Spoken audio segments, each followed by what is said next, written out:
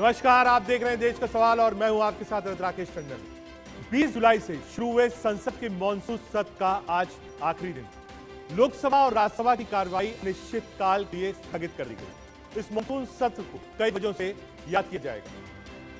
मोदी सरकार के खिलाफ अविश्वास प्रस्ताव लाया गया, दिल्ली सेवा बिल पास किया गया और कई सांसदों को अलग अलग वजहों से सस्पेंड भी किया गया। राघव चड्ढा, जयराम रमेश, संजय सिंह और अधीर रंजन चौधरी और डेरेक ओब्रायन के मामले को प्रिविलेज कमेटी के पास भेज दिया गया।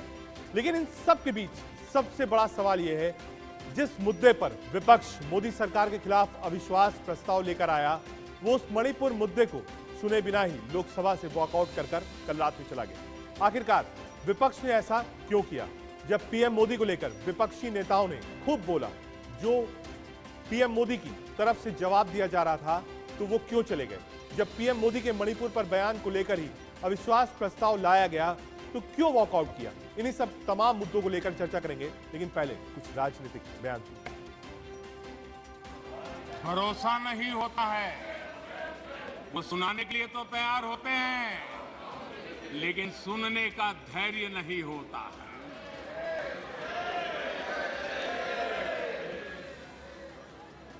अपशब्द बोलो, भाग जाओ। कूड़ा कचरा फेंको, भाग जाओ। झूठ फैलाओ, भाग जाओ। यही जिनका खेल है। ये देश इनसे अपेक्षा ज्यादा नहीं कर सकता है। अगर इन्होंने गृह मंत्री जी की मणिपुर की चर्चा पर सहमति दिखाई होती, तो अकेले मणिपुर विषय पर विस्तार से चर्चा हो सकती थी। मैं समझ नहीं पा रहा कि हिंदुस्तान का प्रधानमंत्री इस प्रकार से कैसे बोल सकता है। प्रधानमंत्री को यह पता नहीं लग रहा है कि हमारे देश में क्या हो रहा है। छोड़िए, नहीं जाना चाहते हैं, उसके भी कारण हैं, शायद मैं बता नहीं सकता हूं आपको। उसके कारण हैं, मगर अगर जा नहीं सकते हैं तो मणिपुर के बारे में बोले तो। हिंदुस्तान की आर्मी, आप सब जानते हो, सेना को आप जानते हो, जो मणिपुर में हो रहा है, हिंदुस्तान की सेना उसको 2 दिन में रुक सकती है। 3 दिन नहीं लगेंगे। अगर हिंदुस्तान की आर्मी को कहा गया कि यह तमाशा बंद करो, 2 दिन में यह तमाशा ड्रामा बंद हो जाए। प्रधानमंत्री मणिपुर को जलाना चाहते हैं, आग बुझाना नहीं चाहते हैं। के प्रिविलेजेस को वेपनाइज किया गया। धारा 105 भारत के संविधान की ये अख्तियार देती है हर सांसद को कि बेझिझक वो अपनी बात संसद सदन में रख सके, और अगर अपनी बहुमत का दुरुपयोग करके विपक्ष की आवाज़ दबाई जाती है, तो ये एक ऐसा मामला बनता है जहाँ पे उच्चतम न्यायालय का भी दखल हो सकता है और अधीर रंजन चौधरी का सस्पेंशन भी। उनको किसी को परेशान करना है तो ऐसी चीज़ें करते हैं, और आज 6 लोगों को ऐसा ही किए हैं। इससे ये मालूम होता है कि उनका इंटेंशन बराबर नहीं है, और वो चाहते हैं कि हाउस में डरा डरा के, हरासमेंट करके वो अपनी बात को मनवा लेते हैं, और विदाउट अपोजिशन पार्टी वो बिल पास कर लेना चाहिए। हम अपने पैनल पर चले, लेकिन उससे पहले देश का सवाल क्या है? देश का सवाल है, संसद की गरिमा को बार बार ठेस कौन पहुंचा रहा है? पहला। दूसरा, पीएम के भाषण के दौरान विपक्ष का वॉकआउट क्यों? जब पीएम को सुनना नहीं था तो अविश्वास प्रस्ताव क्यों लाया गया था?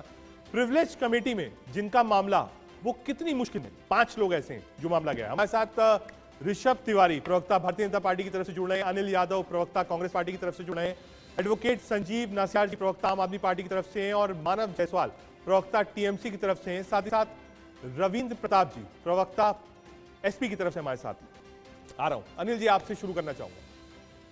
बार बार लोग इस बात को पूछ रहे हैं जो 3 दिन की बहस थी वो लगातार चली, जितने भी वक्ता थे, जितनी भी पार्टियों के थे, सबको अपने अनुसार समय मिला, सबने अपनी बात रखी। तो जब प्रधानमंत्री जी उस पर जवाब दे रहे थे तो उस वक्त वॉकआउट की जरूरत क्यों थी?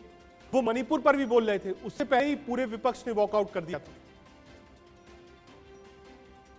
देखिए रजत जी, मुझे लगता है कि शायद आपने पीएम साहब की पूरी स्पीच नहीं सुनी। उन्होंने 2 घंटे 13 मिनट की स्पीच में मुश्किल से 2 मिनट मणिपुर पे बोला, और वो पता है कब बोला? जब 1.5 घंटे लगातार 1.5 घंटे वो अपनी तारीफों के पुल बांधते रहे। उन्होंने तो ये साबित कर दिया कि वो कोई कर्मयोगी नहीं है, वो तो कुर्सी योगी हैं। उन्हें सिर्फ सत्ता से मतलब है। मणिपुर जलता है तो जलता रहे, बहन बेटियों को निर्वस्त्र किया जा रहा है तो होते रहे, आप वहां पर हजारों लोग बेघर हो रहे होते रहे, लेकिन प्रधानमंत्री जवाब नहीं देंगे उस पर।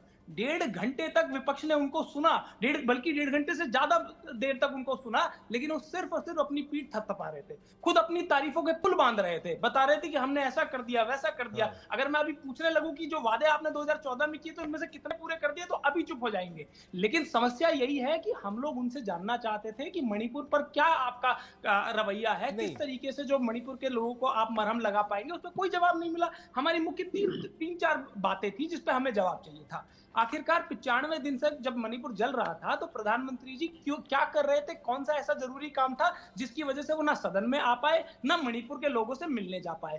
पहला सवाल। दूसरा सवाल ये कि जिस मणिपुर की पुलिस के हजारों की संख्या में हथियार जो उपद्रवियों को दे दिए गए, उस पुलिस को चलाने वाली सरकार पर क्या कार्रवाई हुई, या कार्रवाई करेंगे भी या नहीं करेंगे? और दूसरा और सबसे अहम सवाल कि आखिरकार ऐसी क्या मजबूरी है कि आप यूएस के सदन में जाके बोल सकते हैं, यूएस के सेनेट में जाके बोल सकते हैं, लेकिन अपने लोगों के बीच में अपने पार्लियामेंट में जवाब देने से बच रहे हैं? हम अविश्वास प्रस्ताव सरकार को गिराने के लिए नहीं लाए थे, हम अविश्वास प्रस्ताव हमारी मजबूरी थी, क्योंकि प्रधानमंत्री जी सदन में आना ही नहीं चाहते थे। मेरा सप्लीमेंट्री भी है अनिल यादव जी। हालांकि आपने कहा कि मैंने प्रधानमंत्री का भाषण नहीं सुना, कल मैं 11 बजे से लेकर 7:15 बजे तक लोकसभा की ही गैलरी में था, तो एक चीज मैंने सुनी भी है, एक चीज समझी भी है। तो ये आरोप थोड़ा सा मैं नहीं मानूंगा।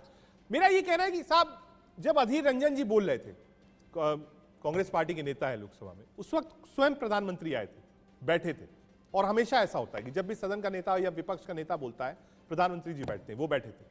तो क्या आपको कम से कम पूरा भाषण सुनना चाहिए था? ठीक है, ये मैं मानता हूं कि ये स्ट्रेटजी का पार्ट हो सकता है कि वोटिंग में आपके पास नंबर्स नहीं थे, आप उससे पहले वॉकआउट कर देते, एग्रीड, राजनीतिक तौर पर ठीक है, लेकिन कम से कम भाषण तो पूरा सुनना चाहिए था। या फिर आपको लगा कि नहीं साहब, इतना जबरदस्त भाषण है कि आप सुन नहीं पाए, आपने कहा साहब वॉकआउट कर लो?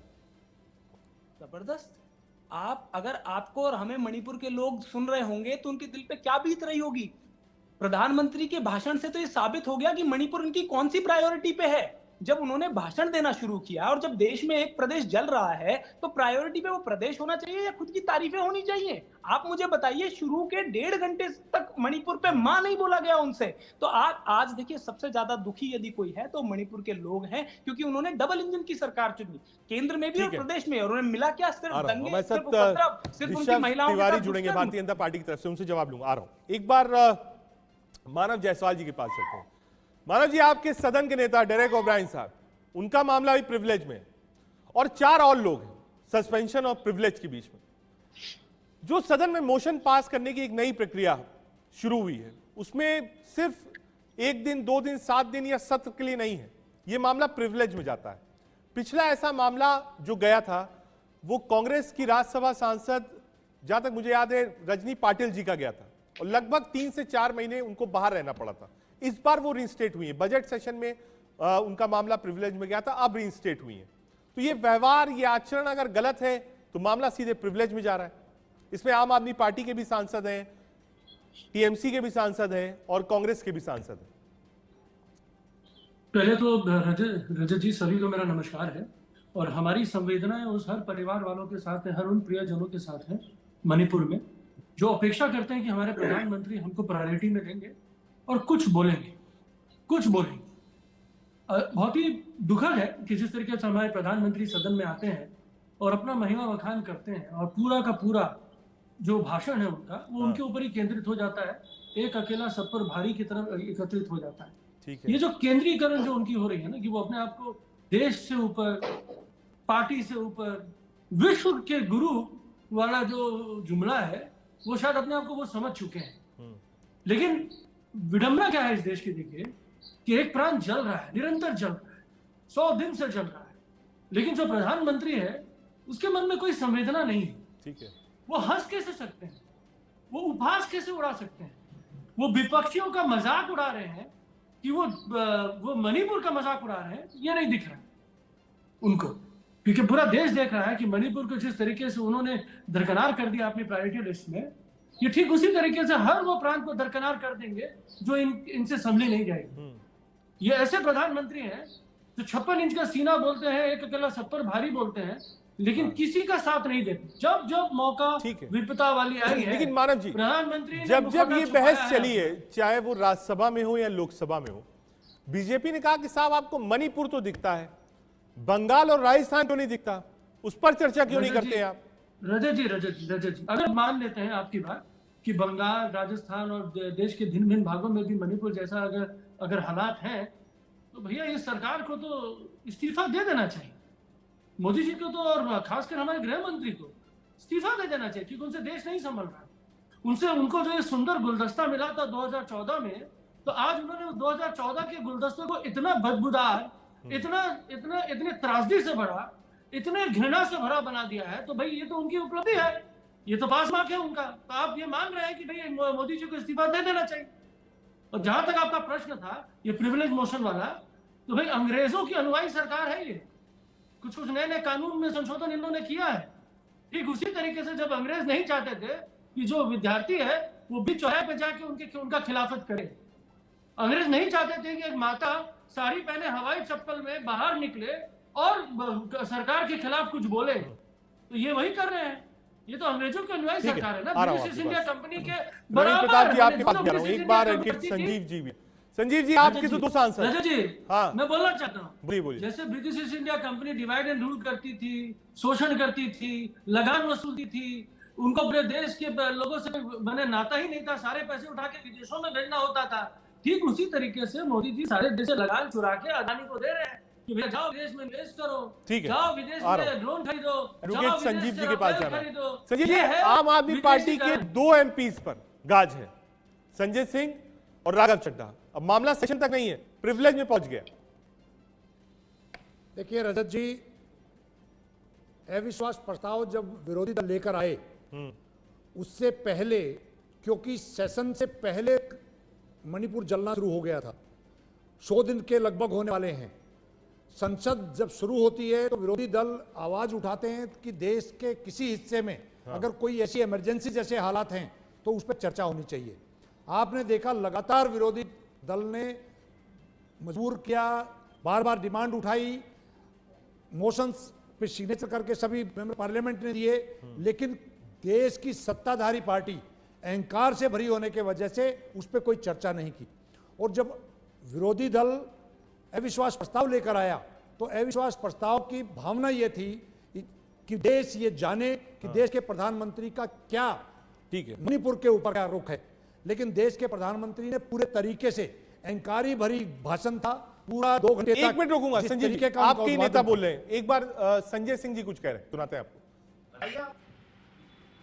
बेशर्मी की पराकाष्ठा, वहां सदन के अंदर जिन मुद्दों पे जवाब देना चाहिए उन मुद्दों पे जवाब देने के बजाय पता नहीं क्या क्या दुनिया भर की बातें कर रहे हैं, और 3, 4, 5 बार तो बला बला बला बला बला पता नहीं क्या क्या बोल रहे हैं। ऐसे मानसिक संतुलन मत खोइए प्रधानमंत्री जी, इतने ज्यादा गुस्से, नाराजगी, नफरत से भरे रहेंगे, यही हालत होगी आपकी। तो हम लोगों पे तो जो करना है करिए, कोई दिक्कत नहीं है। अभी सस्पेंशन का प्रस्ताव लेके आए, अगली बार फांसी का प्रस्ताव लेके आई, हमें कोई परेशानी नहीं है। लेकिन ये गलतफहमी में मत रहना कि हम लोग कोई चुप रहने वाले हैं।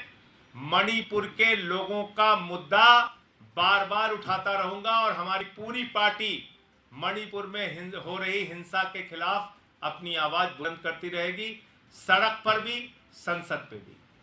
मैं एडी गुप्ता जी जो हमारे डिप्टी लीडर हैं उनसे अनुरोध करूंगा कि वो अपनी बात रखें। ठीक है संजीव जी, आपके पास मैं, वो मणिपुर वाला मामला है, आप उस पर बोलने के लिए स्वतंत्र हैं, मैं आऊंगा आपके पास।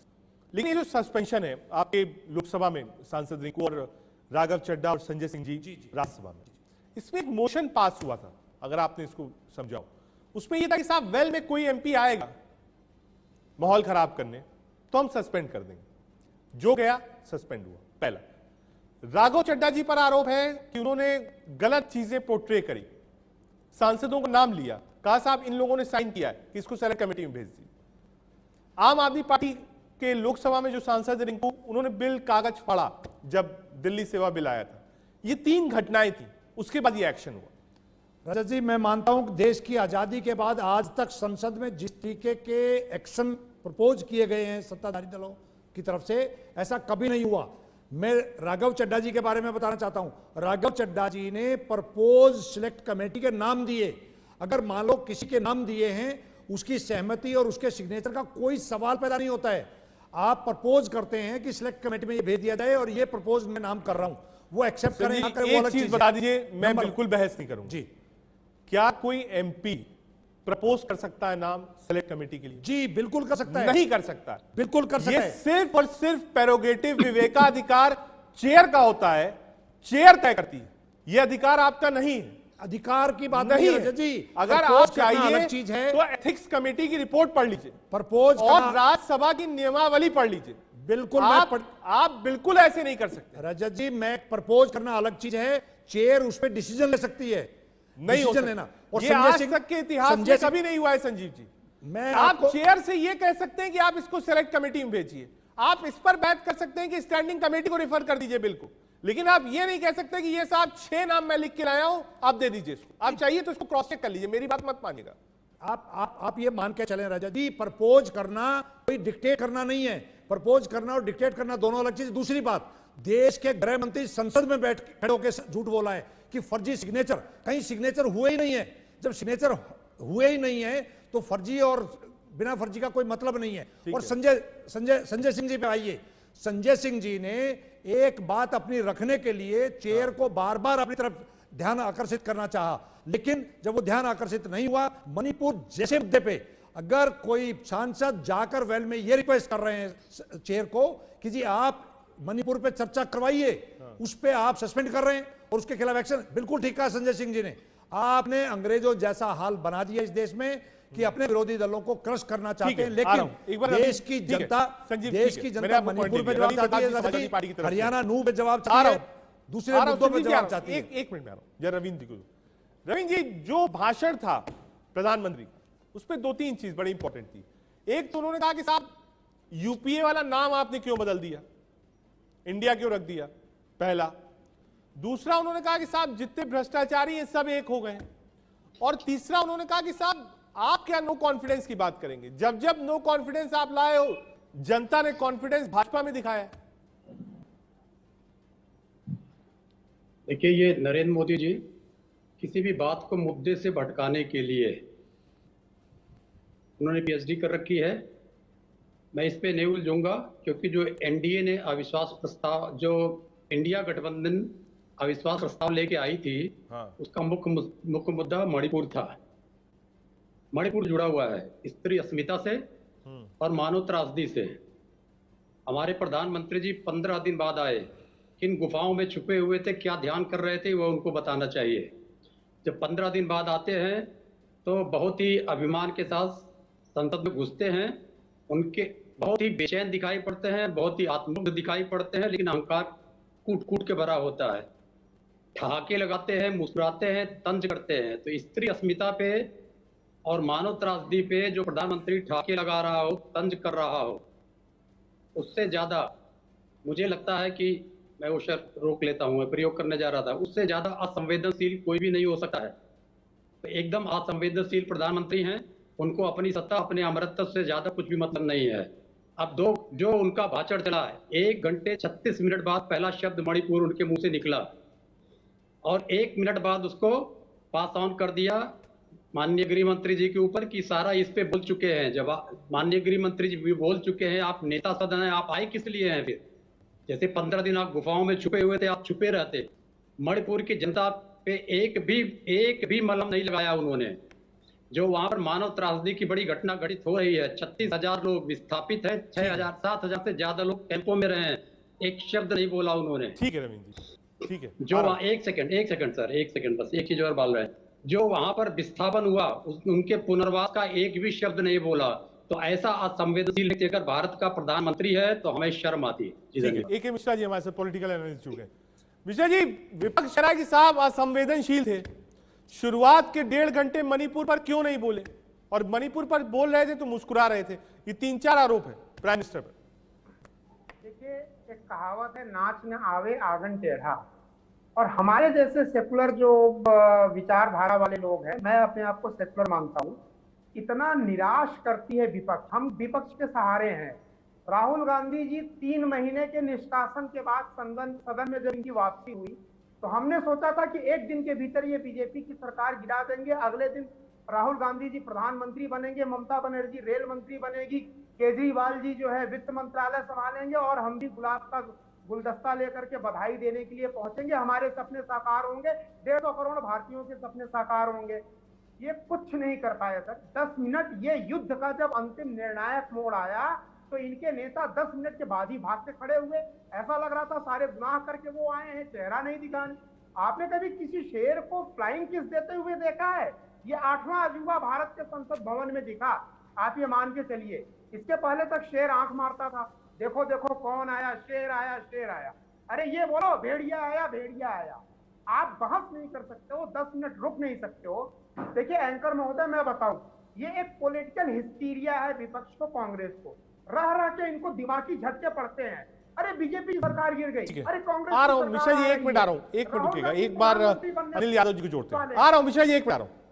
अनिल यादव जी, प्राइम मिनिस्टर ने कहा कि साहब जो कुछ बोलते हैं आप, कहा काले टीके की तरह है बिल्कुल, कि नजर ना लग जाए, और कहा जिसका बुरा चाहते हैं कांग्रेस पार्टी उसका ही भला होता है, और कहा पहला तो मैं आपके सामने खड़ा हूं जिसका भला हो रहा है और आप बुरा बोल रहे हैं।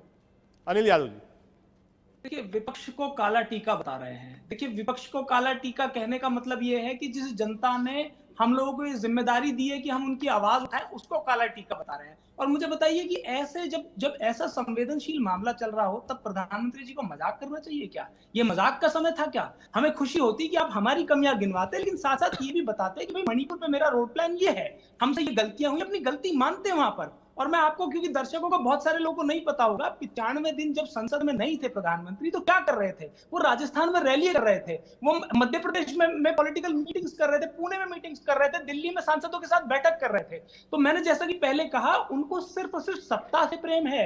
आपके घर में आग लगे, हमारे घर में आग लगे, ये देश की जनता मारी जाए, करे, महिलाओं को निर्वस्त्र किया जाए, दुष्कर्म हो, उन्हें कोई फर्क नहीं पड़ता, उनकी सत्ता बनी रहनी चाहिए। और इस बात का अंदाजा इसी बात से लगाया जा सकता है कि उन्होंने मणिपुर पे आखिर में भी मणिपुर पे कुछ नहीं बोला, कोई एक्सप्लेनेशन नहीं दिया। और मैं, क्योंकि अभी एक पत्रकार, एक वरिष्ठ साथी बैठे थे और वो राहुल जी के विषय में बात कर रहे थे, मैं इन्हीं से पूछता हूं क्योंकि ये मोदी जी से बड़े आकर्षित लगते हैं। ये बता दीजिए भैया कि क्या 95 दिन बाद भी मोदी जी वहां पर जाएंगे, मणिपुर के लोगों को और मरहम लगाने पहुंचेंगे, उनको ये विश्वास दिलाने पहुंचेंगे कि नहीं, आपकी डबल इंजन की सरकार आपके साथ है? देखिए हमने पहले दिन ही ये बात कही थी कि ये सिर्फ और सिर्फ अविश्वास प्रस्ताव, हम जानते थे कि हमारे पास नंबर नहीं है, हम नहीं सरकार बदलने के लिए लाए थे, हम सिर्फ इसलिए लाए थे कि चर्चा हो। जो प्रधानमंत्री सदन से भाग रहे थे, आखिरकार हमें इसमें कामयाबी जरूर मिली कि उन्हें सदन के अंदर तक लाने में हम कामयाब हुए, लेकिन उनके अंदर से मणिपुर के लिए वो भाव निकलवाने में हम लोग भी सफल नहीं हुए हैं, क्योंकि उनका कलेजा जो है इस समय पत्थर का हो चुका है। उन्हें माताएं बहनों की जो आवाजें हैं, जो आहें हैं, वो नहीं सुनाई देती। और ये मैं नहीं कह रहा, क्योंकि आपने एक बात और भी कही थी कि भाई ये आप जब बात करते हैं मणिपुर की तो छत्तीसगढ़ की नहीं करते, राजस्थान की नहीं करते। ऐसी ही एक बात एक वरिष्ठ वकील ने सुप्रीम कोर्ट में कही है, सुषमा स्वराज जी की, सुषमा जी की पुत्री ने कही। तो उसको चीफ जस्टिस महोदय ने यह कहा कि आप कैसी बात कर रही हैं, आज तक के इतिहास में मणिपुर में जो हुआ है ना तो वहां पर लोग विस्थापित, जो मणिपुर में हुआ है वो कभी राजस्थान और छत्तीसगढ़ या किसी और अन्य प्रदेश में देखने को नहीं मिला। 60,000 से ज्यादा लोग विस्थापित हो चुके हैं। आपको पता है सुप्रीम कोर्ट ने, चलिए आप हमारे लिए तो कह देते हैं कि हम राजनीति कर रहे हैं मणिपुर में, सुप्रीम कोर्ट ने ये टिप्पणी करी, सुन लो भैया सुन लो, सुप्रीम कोर्ट ने ये टिप्पणी करी है कि भाई वहां पर लॉ एंड ऑर्डर बिल्कुल खत्म हो चुका है। एक मिनट रोक रहा हूं ऋषभ, आ रहा हूं अनिल भाई, 1 मिनट एफआईआर पर कोई कार्रवाई नहीं आ रहा हूं अनिल भाई, सुप्रीम कोर्ट की टिप्पणी है हमारी। अनिल भाई एक बार जैसे ले लो, बीजेपी प्रवक्ता ऋषभ तिवारी जी जुड़ गए। ऋषभ जी आवाज मिल रही है आपको मेरी? जी मिल रही है सर, आवाज आ रही है? हाँ आवाज आ रही। भाई विपक्ष कह रहा है कि साहब 1.5 घंटे तक मणिपुर पर क्यों नहीं बोले, मुस्कुराते मुस्कुराते क्यों बोले, और कहा पहले दिन ही स्टेटमेंट दे रहे थे तो हाउस चल जाता। सही बात है। और सबसे पहले इंडिया न्यूज का धन्यवाद जिन्होंने चर्चा के लिए आमंत्रित किया। देखिए, मैं अपने वक्तव्य को रखने से पहले एक बात जरूर कहूंगा कि ये जो घमंडिया गठबंधन है, जिसको अति घमंड है, के अंदर थोड़ी भी शालीनता नहीं है। वो उन्हें राजनीतिक मोतियाबिंद हो रखा है, जिनके कारण उन्हें ये नहीं दिखा कि सदन शुरू होने से पहले ही आदरणीय प्रधानमंत्री जी ने मणिपुर के साथ साथ पूरे देश की बात कही थी। और जब जिस मणिपुर को लेकर ये अनेक बिल को पेंडिंग रखे, कृपया मुझे कंप्लीट करने दें, मैं भी लेट से जुड़ा हूं, कृपया करके मैं बीच में नहीं बोल रहा हूं, मैं अपनी बात को रख लूं, फिर ये चिल्ला चिल्ली करते रहे, ये शोभा नहीं देता है।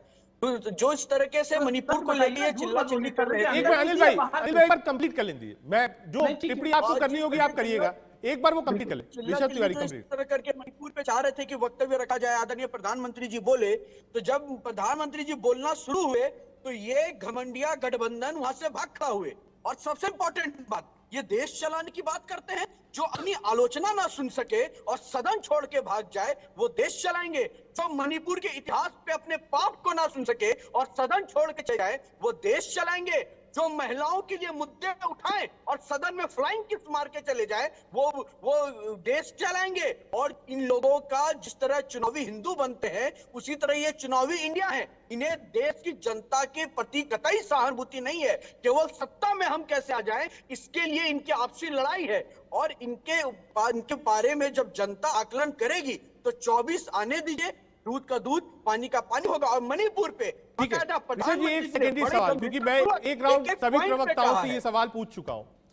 जो दूसरा बड़ा सवाल है विपक्ष का वो है सस्पेंशन ऑफ एमपीज, जो सस्पेंड किया जा रहा है और सारे मामले प्रिविलेज में भेजे जा रहे हैं। प्रिविलेज में नंबर्स बीजेपी के पास है, ये कहना गलत नहीं होगा। तो कह रहे साहब अगर हम प्रदर्शन करें, वेल में आए, नारेबाजी करें, आप सस्पेंड कर दीजिए। कहा ये कैसा कानून? विपक्ष में सबसे बड़े दल के नेता अधीर रंजन चौधरी जी, ना तो उन्होंने कागज फाड़ा ना तो वो मेज से उठकर गए, सिर्फ उनकी जो तकरीर थी कल में उस आधार को बनाकर उनको सस्पेंड कर दिया गया और अब प्रिविलेज में डाल दिया गया।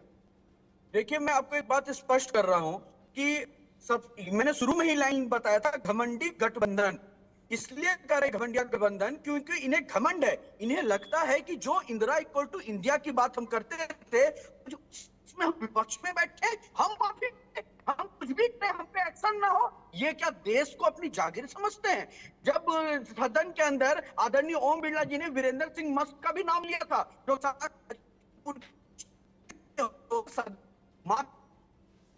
उन्होंने सदन में माफी मांगी थी। ठीक है, कुछ ऑडियो में दिक्कत है, ऋषभ जी आ रहा हूं क्योंकि सारे आरोप। अनिल जी मैं आ रहा हूं आपके पास भी, मानव भाई आ रहा हूं, एक मिनट में। अनिल जी थोड़ा शॉर्ट में, घमंडिया गठबंधन आज सुनने को राजी नहीं थे प्रधानमंत्री जी को।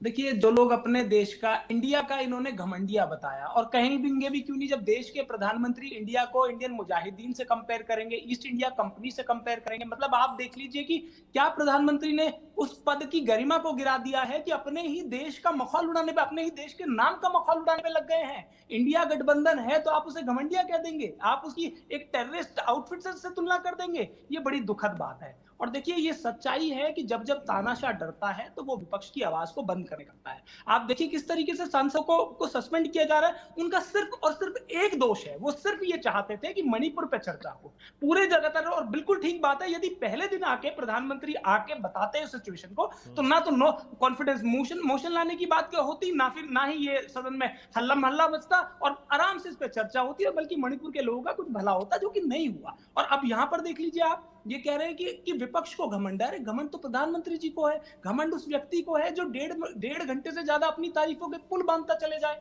किसी के बारे में ना बात करे, किसी के दुख के बारे में बात ना करे। अभी भी ये बता दीजिए कि मणिपुर में इतना बड़ा हादसा हुआ, किसी की जवाबदेही तय हुई है क्या?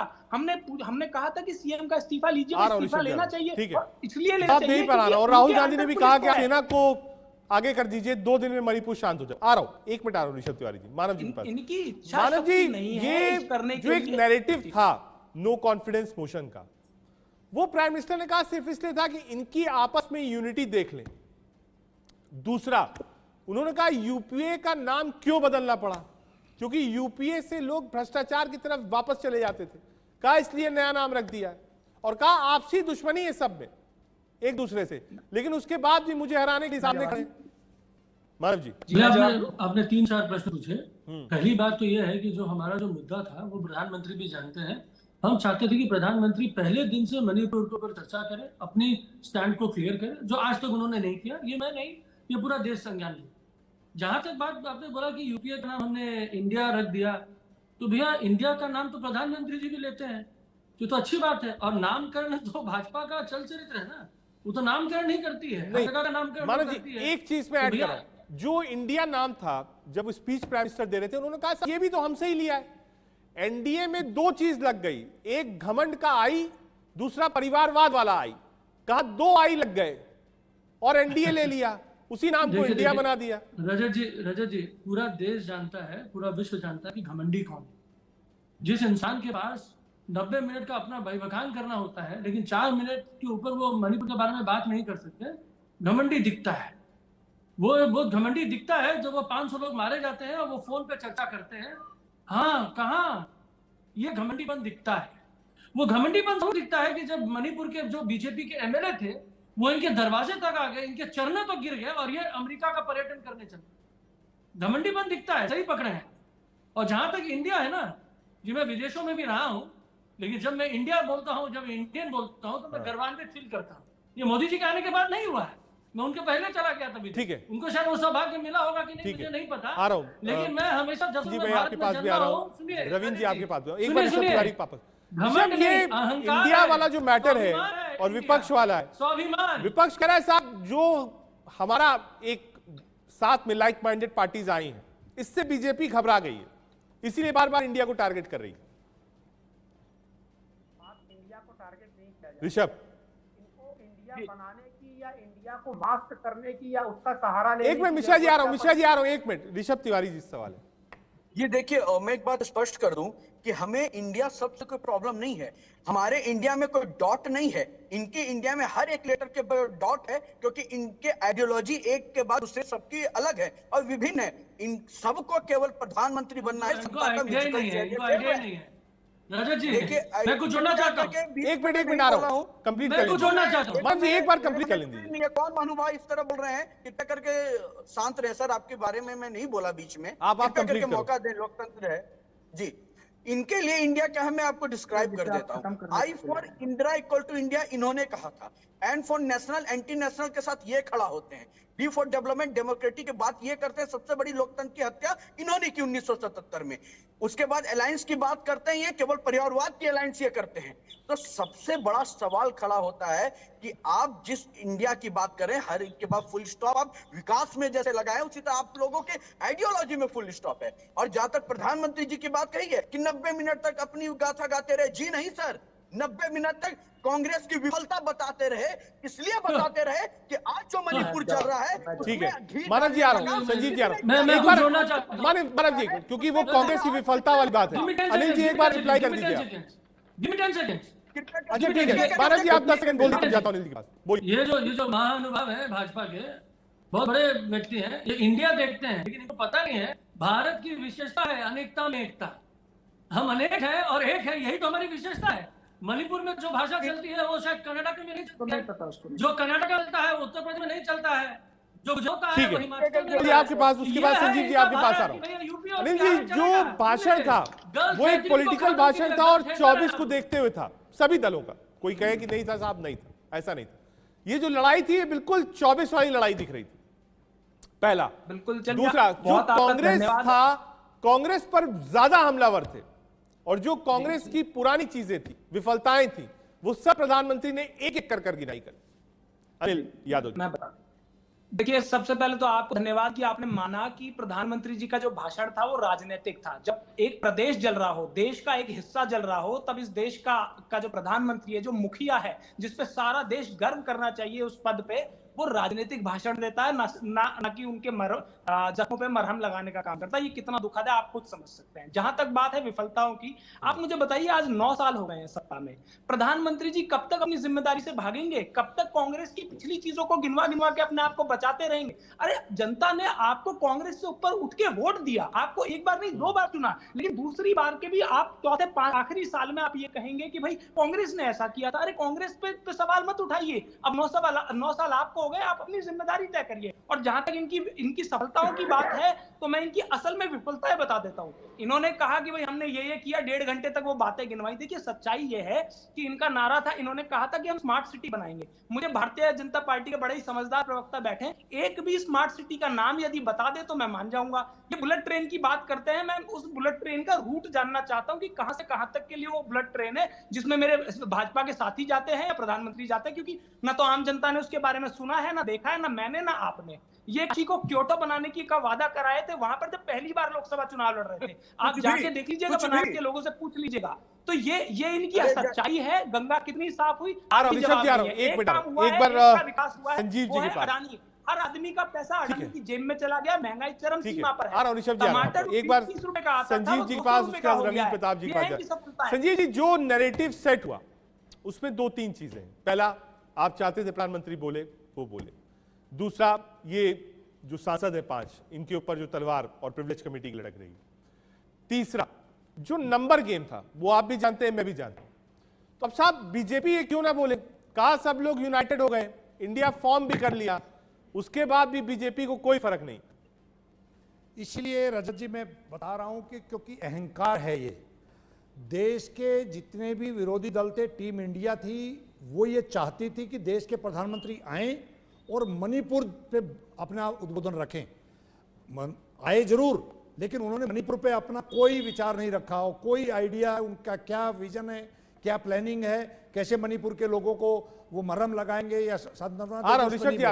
लेकिन इस देश ने अंग्रेजों से लेकर और उसके बाद कई बार अहंकारी सत्ता को उखाड़ा है, और आज अहंकार इस लेवल पे पहुंच चुका है देश के प्रधानमंत्री का। 2 सर्वोच्च न्यायालय के फैसले पलट दिए हैं।